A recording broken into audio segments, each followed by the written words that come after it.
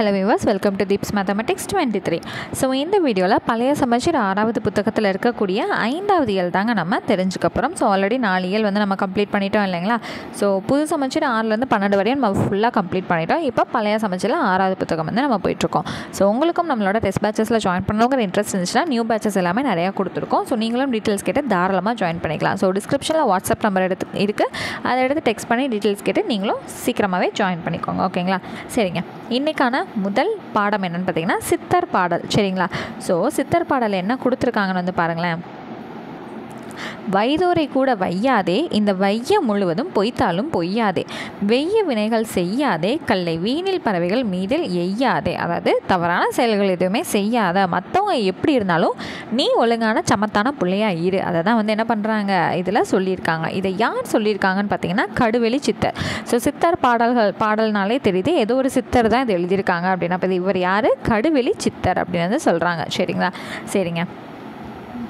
உன்னை வைதவரை கூட நீ வையாதே, இந்த உலகத்தில் எல்லாம் பொய்யாக போனாலும் நீ பொய் சொல்லாதே. அப்போ தெரியுதா, யார் எப்படி வேணாலும் இருக்கட்டும், நீ கரெக்டாக அறவெளியில் இரு அப்படிங்கிறதான் இவர் என்ன பண்ணுறாரு, மென்ஷன் பண்ணியிருக்கார். சரி, இப்போது இந்த 2 வரி படிக்கும்போது இந்த பாடலோட கருத்து என்னவாக இருக்குங்கிறது நமக்கு புரிஞ்சிருச்சு. சரிங்களா?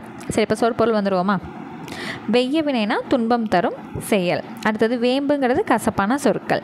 வீராப்புங்கிறது இருமாப்பு. பலரில் எப்படி பிரிக்கலாம்? பலர் கூட்டல் இல், இது பலருடைய வீடுகள்னு பொருள் தருது. இல்னா என்னங்க அர்த்தம்? வீடுன்னு தானே அர்த்தம். அதான் பகலல் ஒண்ணாதேனா சொல்லாதே, சாற்றும் புகழ்ச்சியாக பேசுவது. கடம்னா உடம்பு. சரிங்களா? சரி, இப்போ பாடலோட குறிப்பு. ஏறத்தாழ 400 வருஷங்களுக்கு முன்னாடி தமிழ்நாட்டில் இருக்கக்கூடிய காடுகளில் வாழ்ந்தவங்க தான் யாருன்னு சொல்லப்படுறாங்க? சித்தர்கள்னு சொல்லப்படுறாங்க. சரிங்களா? அடுத்து பாம்பாட்டி சித்தர், குதம்பை சித்தர், அழுகுனி சித்தர் என்பன எல்லாமே காரண பெயர்களாக தான் இருக்குது. அவங்களோட ஒரிஜினல் பெயர் வந்து எதுவும் கிடையாது. அது எல்லாமே காரண பெயர்கள். அவங்க என்ன விஷயங்களை செய்கிறாங்களோ அதை வச்சு தான் அவங்கள என்னன்னு சொல்கிறாங்க, அந்த பெயராகவே அவங்கள கூப்பிட்றாங்க. சரிங்களா? சரி, நம்ம பாடப்பகுதியில் இருக்கக்கூடிய ஆசிரியர் யார்? கடுவெளி சித்தர். இவர் வந்து என்ன பண்ணியிருக்காருன்னா உருவ வழிபாடு, அதாவது சிலை வச்ச சாமி வந்து எதுவும் கும்பிடாம, சிலை வச்சோ ஃபோட்டோ வச்சோ அந்த மாதிரி சாமியை கும்பிடாம வெட்ட வெளியே வானத்தை பார்த்து கும்பிட்றது, தண்ணியை பார்த்து கும்பிட்றது, மலையை பார்த்து கும்பிட்றது, இந்த மாதிரி வெட்ட வெளி இருக்கும் இல்லைங்களா. எந்த ஒரு ஆப்ஜெக்டையுமே மீன் பண்ணாமல் வெறும் ஒரு வெட்ட வெளியாக ஏதோ ஒரு முன்னாடி வந்து நின்று கும்பிட்றதா என்னன்னு சொல்கிறாங்க, வெட்ட வெளி அப்படிங்கிறது வந்து சொல்கிறாங்க. ஸோ அதனால தான் இவர் என்ன சொல்கிறாங்க, கடுவெளி சித்தர். ஸோ வெட்ட வெளிங்கிறனால கடுவெளி சித்தர். அவ்வளோதான், முடிஞ்சுதுங்களா? ஸோ அடுத்து வந்தோன்னா அவ்வளோதாங்க, சித்தர் பாடல் முடிஞ்சு. இதுக்கு புக் பேக் எதுவுமே இல்லை, ஸ்ட்ரெயிட்டாக எங்கே வந்துருச்சு, இளமையில் பெரியார் கேட்ட வினான்னு சொல்லிட்டு பெரியாரை பற்றின ஒரு பாடம் வந்து வந்துருச்சு. ஸோ இது நம்ம சின்ன கிளாஸில் புதிய சமச்சீரில் படித்தோம் இல்லைங்களா, அந்த பாயிண்ட்ஸ் அப்படியே நமக்கு இங்கே இருக்கும். ஸோ நம்ம ஸ்ட்ரெயிட்டாக பேஜ் நம்பர் 20க்கு வந்து போயிடலாம். ஸோ இது எல்லாமே சின்ன வயசில் ஒரு நிகழ்வுகளை பற்றி தான் சொல்லிகிட்டு இருப்பாங்க, அது நமக்கு தேவையில்லை. சரிங்களா? ஸோ நமக்கு எது வேணுமோ அதை மட்டும் படித்தா போதுமானது. சரி, இப்போ இங்கே பார்த்தீங்கன்னா மகாத்மா காந்தியோட தொண்டர் யார்? பெரியார். சரிங்களா? சின்ன வயசில் என்னவாயிட்டார்? மகாத்மா காந்தியோட தொண்டராக இருக்கார். காங்கிரஸ் கட்சியில் வந்து சேர்றாரு. கள்ளுக்கடை மறியலில் ஈடுபட்டார். இது வந்து நமக்கு ரொம்பவே முக்கியமான ஒரு வினா. சரிங்களா? ஸோ தன்னோட தோப்பில் இருந்த தென்னை மரம் எல்லாத்தையுமே வெட்டுறாரு. எதுக்குன்னா கல் வந்து இறக்கக்கூடாது அப்படிங்கிறதுக்காக என்ன பண்ணுறாரு, தன்னோட தென்னந்தோப்பில் இருக்கக்கூடிய மரங்கள் எல்லாத்தையுமே வெட்டி சாக்கிறாரு. சாதி அது இதுன்னு எதுவுமே இருக்கக்கூடாது, மக்கள் அனைவரும் மனித சாதி அப்படிங்கிறத கொண்டு வரணுங்கிறத ரொம்பவே வந்து விருப்பப்படுறாரு. சரிங்களா? அடுத்தது பெரியாரோட 2 கண்கள் அப்படின்னு எதை கருதுறாருன்னு பார்த்தீங்கன்னா மரியாதையையும் சுயமரியாதையும் இவரோட 2 கண்களை வந்து அவர் கருதுறாரு. சரிங்களா? கேரளாவில் வைக்கம் அப்படிங்கிற ஒரு ஊரில் தாழ்த்தப்பட்ட மக்களுக்காக கோவில் சுற்றுத்தெருவில் நடப்பதற்கு தடை இருந்தது. சரிங்களா?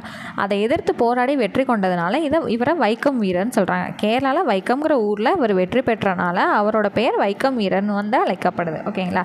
சரிங்க.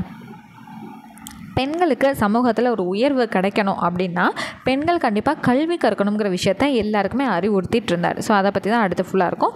அவ்வளோதான். ஸோ அந்த பாடத்தில் வேறு எதுவும் பெருசாக வந்து இல்லை. ஸ்ட்ரெயிட்டாக நூல் குறிப்பை மட்டும் நீங்கள் மனப்பாடம் பண்ணிங்கன்னா போதுமானது. சரிங்களா?